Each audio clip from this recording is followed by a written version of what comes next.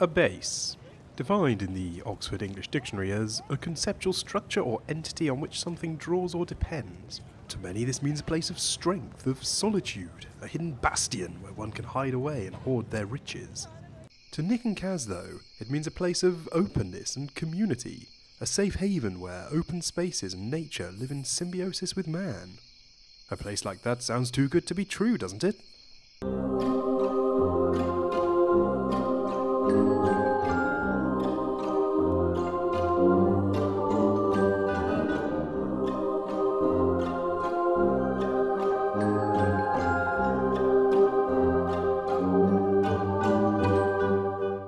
Nick and Kaz are both seasoned Minecrafters with an eye for creating unique spaces.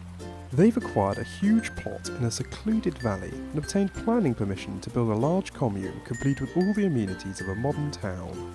But they're not doing it for themselves.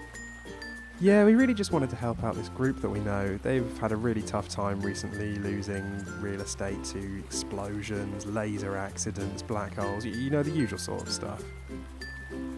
We found this amazing plot at an oddly cheap price that was too good to miss, and we decided to make good of it and give something back. They've sunk all of their money into this project. They've left their home and are going to be living in a caravan on the site throughout the entire duration of the build. It's day one on site and ground is about to be broken for the first time. It's amazing that we finally got to this point now where we can start work. I mean, we've waited so long to get here, and it's just so great that finally something's going to be happening on site.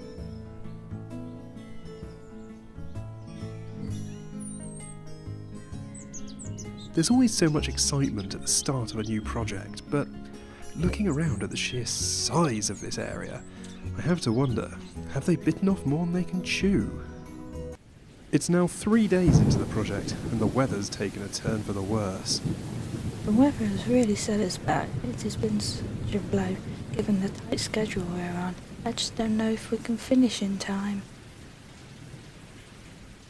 It's now been 4 days since I was last on the site, and I've returned to see how Nick and Kaz have handled their colossal site and tiny schedule. I'm pleased to say it's been a huge success. Nature was always at the core of this project, and the way they've created the natural spaces that interlink with the man-made features is really encouraging. They've made sure there's dedicated time and space for natural features to really shine through and harmonise with the building.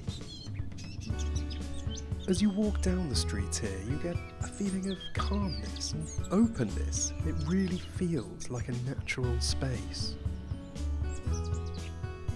Even the houses in their simple yet robust farmhouse design exude openness and warmth. They may be decorated simply, but their furnishings are only a part of the whole design.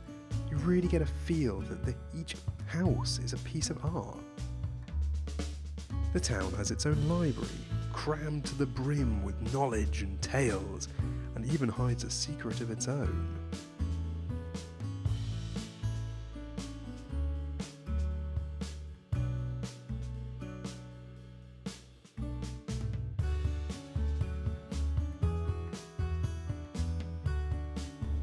No town can be completely self-sufficient without its own farm.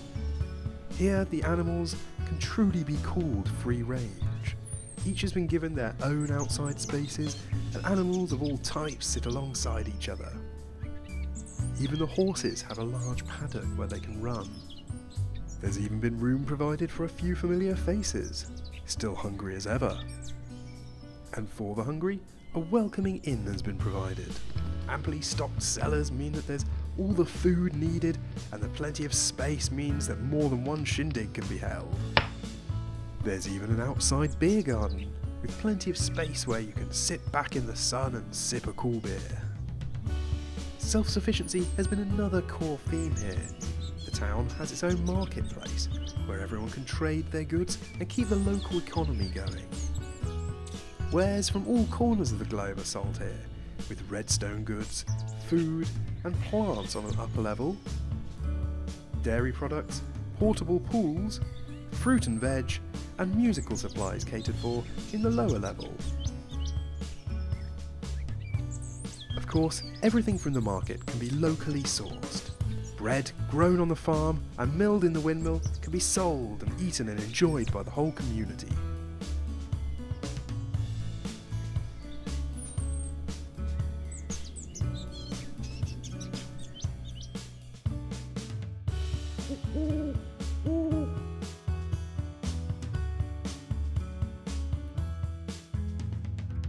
A number of strange things cropped up during the build of this project. Notably, this temple previously buried in leaves, which has its own riddle to solve. There may come a time when new tools, new materials and new weapons are needed. Thankfully, the town is sited right on top of a mine, well equipped to mine away at the rich veins. And when extracted, the dull ores can be brought here to the town's forge to be turned into gleaming new tools.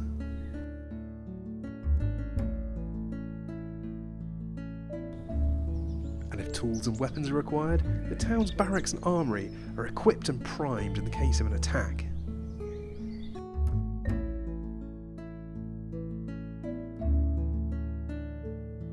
Further strange things have been unearthed during this build. For example, under the well, where a mysterious guest was encountered.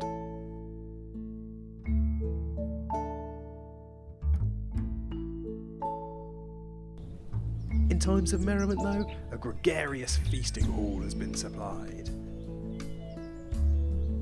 This town, decked out in a Tudor style, can hold a feast fit for a king. And for when the feasting is complete, a sitting room and study are provided in the upstairs rooms. For the more magically minded amongst us, a mage tower sits in the shadow of the tree. In here, all manner of potions and concoctions can be brewed up.